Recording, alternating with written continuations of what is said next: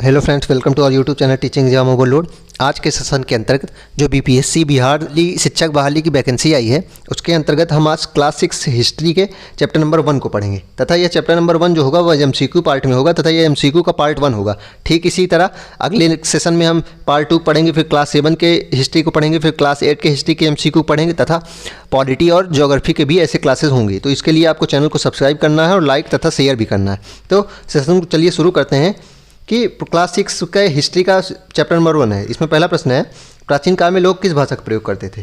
प्राचीन काल में लोग किस भाषा का प्रयोग करते थे? पाली करते थे, अरबिक करते थे, संस्कृत का करते थे या प्राकृत का करते थे? चलिए आप बताइए, प्राचीन काल में लोग किस भाषा का प्रयोग करते थे? तो इसका सही उत्तर हो जाएगा प्राकृत।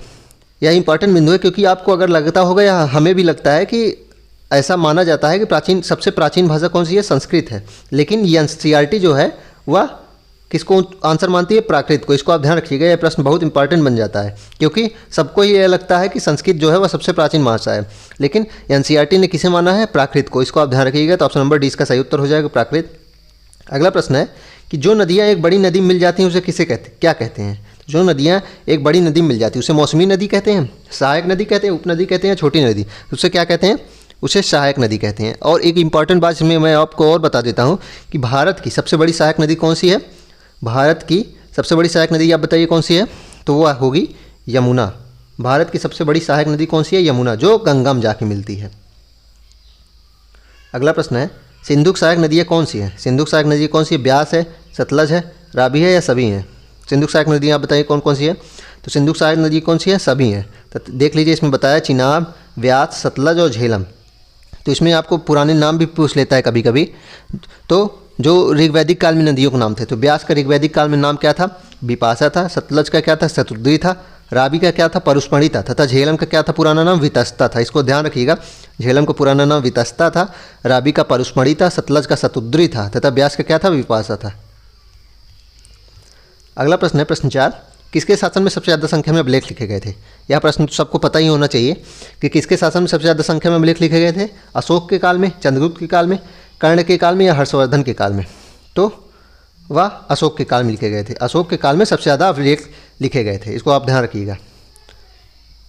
प्रश्न 5 है कि लगभग 8000 वर्ष पूर्व सुलेमान तथा किरता क्षेत्र के लोगों ने किन पशुओं को पालतू बनाया? तो लगभग 8000 वर्ष पूर्व सुलेमान तथा किरता क्षेत्र के लोगों ने किन पशुओं को पालतू बनाया? भेड़ को बनाया, बकरी को बनाया, गाय को बनाया या उपरोक्त सभी? बताइए। लगभग 8000 वर्ष पूर्व सुलेमान तथा किरता क्षेत्र के लोगों ने किन पशुओं को पालतू बनाया? उपरोक्त सभी को। भेड़ को भी बनाया था, बकरी को बनाया था, गाय को बनाया था, बैल को भी बनाया था। तो इसका आंसर क्या हो जाएगा? All of these. प्रश्न 6 है, गंगा के दक्षिण में फैला गंगा तथा इसकी सहायक नदी सोन के आसपास का क्षेत्र प्राचीन काल में किस नाम से जाना जाता है? मालाबार नाम से जाना जाता था, मगध नाम से या कोंकण नाम से? बताइए, या इनमें से कोई नहीं? तो इसमें एक प्रश्न में भी एक आंसर दिया गया है कि गंगा की सहायक नदी कौन सी है? सोन। सोन जो कि अमरकंटक मध्य प्रदेश से निकलती है। इसको आप ध्यान रखिएगा कि गंगा की सहायक नदी कौन सी है? सोन भी है, जो अमरकंटक मध्य प्रदेश से निकलती है। तथा गंगा के दक्षिण भाग में फैला गंगा तथा इसकी सहायक नदी सोन के आसपास का क्षेत्र प्राचीन काल में किस नाम से जाना जाता था? मगध नाम से। इसको आप ध्यान रखिएगा, इंपॉर्टेंट प्रश्न। तो इसका सही आंसर क्या हो जाएगा? मगध।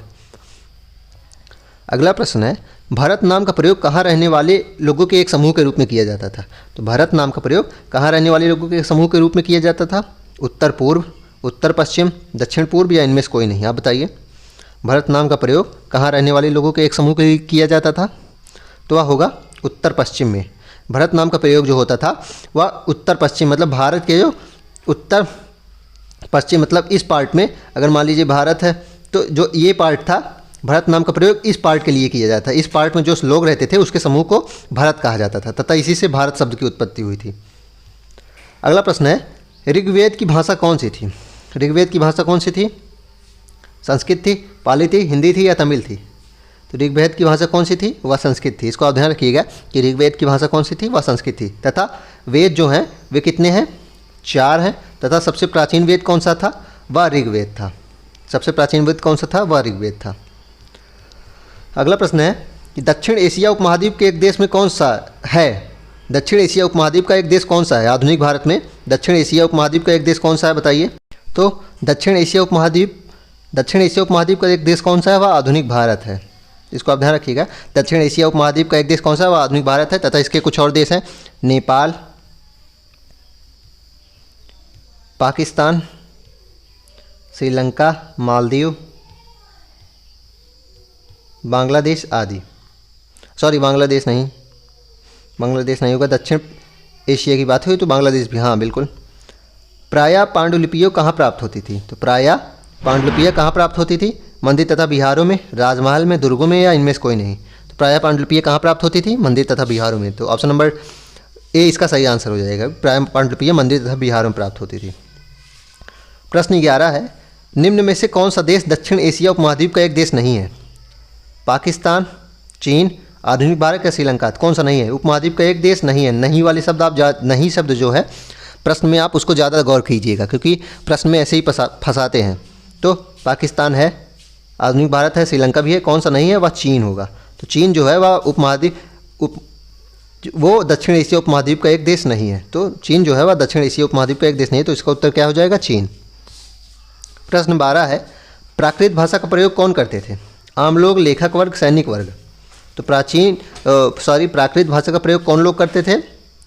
आम लोग करते थे। इसको आप ध्यान रखिएगा, प्राकृत भाषा का प्रयोग जो है आम लोग करते थे, तथा उच्च लोग जो संस्कृत भाषा का प्रयोग करते थे, उच्च लोग जो थे संस्कृत भाषा का प्रयोग उच्च लोग करते थे। प्राकृत भाषा का प्रयोग कौन करते थे? वह आम लोग करते थे। ईसाई धर्म के प्रवर्तक कौन थे?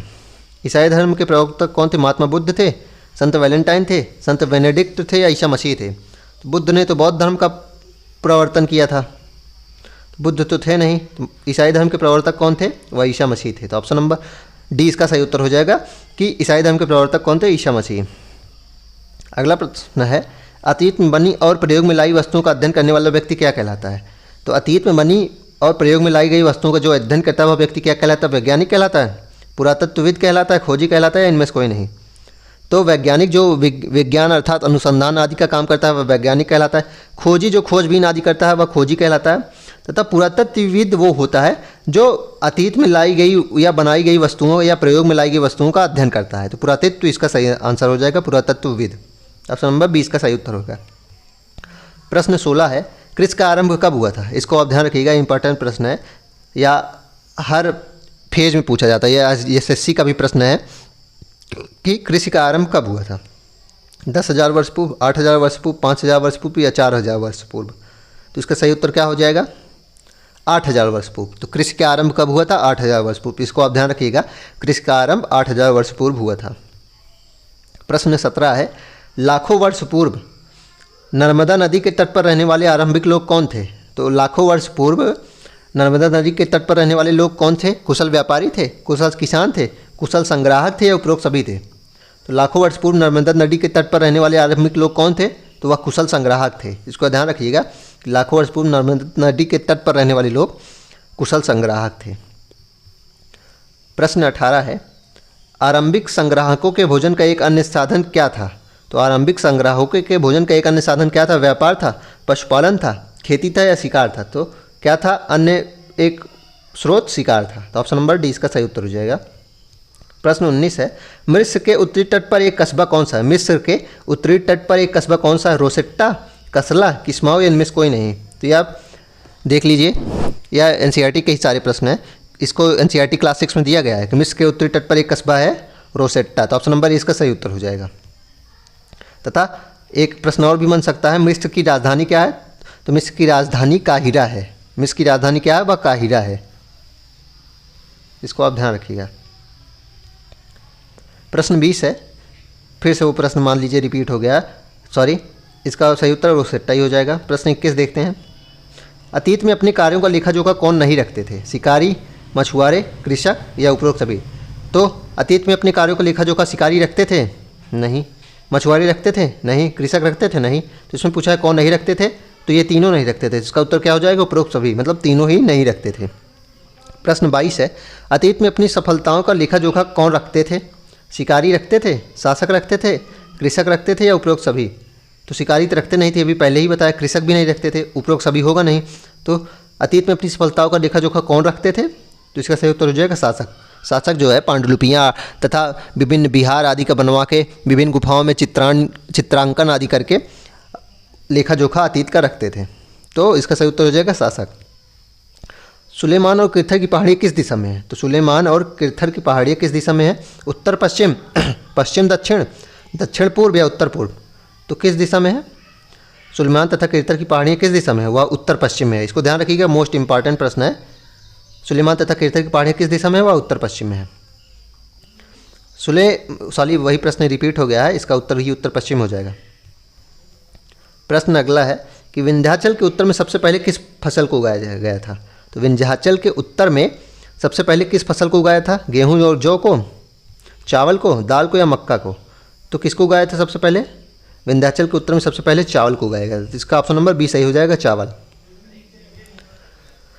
गंगा के दक्षिण में विशाल प्राचीन राज्य का नाम क्या था? लखनऊ था, वाराणसी, इलाहाबाद या मगध? तो गंगा के दक्षिण में मैंने आपको बताया, गंगा और सोन नदी के किनारे का जो बसा हुआ गंगा के दक्षिण में क्षेत्र था उसका क्या नाम था? मगध था। अगला प्रश्न है 27। प्राचीन काल में लोग या यात्री अपनी यात्रा कैसे करते थे? जहाज से, कार से, साइकिल से या पैदल? तो प्राचीन काल में लोग अपनी यात्राएं कैसे करते थे? पैदल करते थे। इसका ऑप्शन नंबर डी सही हो जाएगा, पैदल। प्रश्न 28 है, इंडस या इंडिया को किस भाषा में सिंधु कहा जाता था? तो इंडस या इंडिया को किस भाषा में सिंधु कहा जाता था? पाली में, हिंदी में, संस्कृत में या उर्दू में? तो इंडस को सिंधु किस भाषा में कहा जाता था? संस्कृत में। तो इसका आप सही ऑप्शन क्या हो जाएगा? संस्कृत। प्रश्न 29 है, प्राचीन काल में कौन अपने कार्यों का उल्लेख रखते थे? पंडित, जमींदार, मजदूर या राजा? तो प्राचीन काल में कौन अपने कार्यों का उल्लेख रखते थे? पंडित रखते थे, जमींदार रखते थे, मजदूर रखते थे या राजा? तो अपने कार्यों का उल्लेख कौन रखते थे? राजा रखते थे। इसका सही उत्तर राजा हो जाएगा। प्रश्न 30 है, ईसा पूर्व और ईसवी का संबंध किसके जन्म से है? तो ईसा पूर्व और ईसवी का जन्म किसके संबंध से? भगवान राम के, भगवान शिव के, भगवान कृष्ण के या ईसा मसीह के? तो ईसा पूर्व या ईसवी का संबंध किसके जन्म से है? तो वह ईसा मसीह के जन्म से है। मतलब ईसा मसीह का जन्म 1 ईस्वी को माना जाता है तथा इनके जन्म से पूर्व जितने संख्या होगी वह ईसा पूर्व माना जाता है तथा इनके जन्म के बाद ईसा ईसवी माना जाता है। तो यह ईसा मसीह से संबंधित है। इंडिया शब्द किस शब्द से बना है? इंडिया शब्द जो है वह किस शब्द से बना है? यूनान, मगध, ईरान या इंडस? तो इंडिया शब्द किस शब्द से बना है? वह इंडस शब्द से बना है। तो इसको ध्यान रखिएगा, इंडिया शब्द किससे बना है? इंडस। तथा इंडिया शब्द जो प्रयोग होता था वह उत्तर पश्चिम, मान लीजिए भारत है तो भारत में उत्तर पश्चिम में जो लोग रहते थे उनके समूह के रूप में कहा जाता था इंडिया या इंडस शब्द। तो यह इंडस शब्द से बना है इंडिया शब्द। अगला प्रश्न है, गंगा नदी के किनारे बसा प्रसिद्ध नगर कौन सा है? तो गंगा नदी के किनारे बसा प्रसिद्ध नगर कौन सा है? मगध, पाटलिपुत्र, वाराणसी? तो इसका सही उत्तर क्या हो जाएगा? गंगा नदी के किनारे बसा प्रसिद्ध नगर पूछा है तो मगध होगा। गंगा नदी के किनारे वाराणसी भी बसा है, हालांकि इसका उत्तर वाराणसी भी होगा, लेकिन सबसे ज़्यादा प्रसिद्ध क्या था? मगध था उस समय की बात कर रहा है, क्योंकि एनसीईआरटी के हिसाब से उस समय की बात कर रहा है, तो इसका सही उत्तर क्या हो जाएगा? मगध। चलिए 35 है, भारत के प्रमुख पुरा स्थल कौन कौन से हैं? भारत के प्रमुख पुरा स्थल कौन कौन से हैं? भीमबेटका, कुरनूल, हुसंगी या सभी? तो भारत के प्रमुख पुरा स्थल कुरनूल, भीमबेटका भी है जो एमपी में है, कुरनूल और हुसंगी कर्नाटक में है। तो तीनों ही पुरा स्थल हैं, तो उपरोक्त सभी इसका सही उत्तर हो जाएगा। तो ऑप्शन नंबर डी इसका सही उत्तर हो जाएगा। हुसंगी पुरा स्थल किस राज्य में है? अभी मैंने 33वें प्रश्न में इसका उत्तर बता ही दिया था। तो हुसंगी जो है वह कर्नाटक में है तथा यह पुरा स्थल है। प्राचीन काल में ऊंचाई वाले भाग को क्या कहते थे? नगर, दुर्ग, हड़प्पा, लोथल या नगर? तो ऊंचाई वाले भाग को क्या कहते थे? नगर, दुर्ग कहते थे। तो ऑप्शन नंबर ए इसका सही उत्तर हो जाएगा। प्राचीन काल में सबसे पहले कौन सी फसल उगाई गई थी? चावल, मक्का, गेहूँ या सरसों? तो प्राचीन काल में सबसे पहले कौन सी फसल उगाई गई थी? चावल। तथा चावल का जो सर्वप्रथम साक्ष्य मिला था वह कोल्डी हवा में मिला था, जो इलाहाबाद में है। इसको आप ध्यान रखिएगा कि चावल का पहला साक्ष्य कहाँ मिला था? वह कोल्डी हवा इलाहाबाद में मिला था। प्रश्न 37 है, मगध किस नदी के दक्षिण फैला है? तो मगध राज्य जो था, अभी मैंने बताया कि गंगा नदी के दक्षिण में भाग में है, तो गंगा नदी के दक्षिण भाग में मगध राज्य था। चलिए आज का सेशन यहीं तक। अब हम नेक्स्ट सेशन में इसके पार्ट 2 को करेंगे। तो पूरी तरह से अपडेटेड रहने के लिए हमारे चैनल को लाइक करें, सब्सक्राइब करें और शेयर भी करें। तो चलिए, धन्यवाद।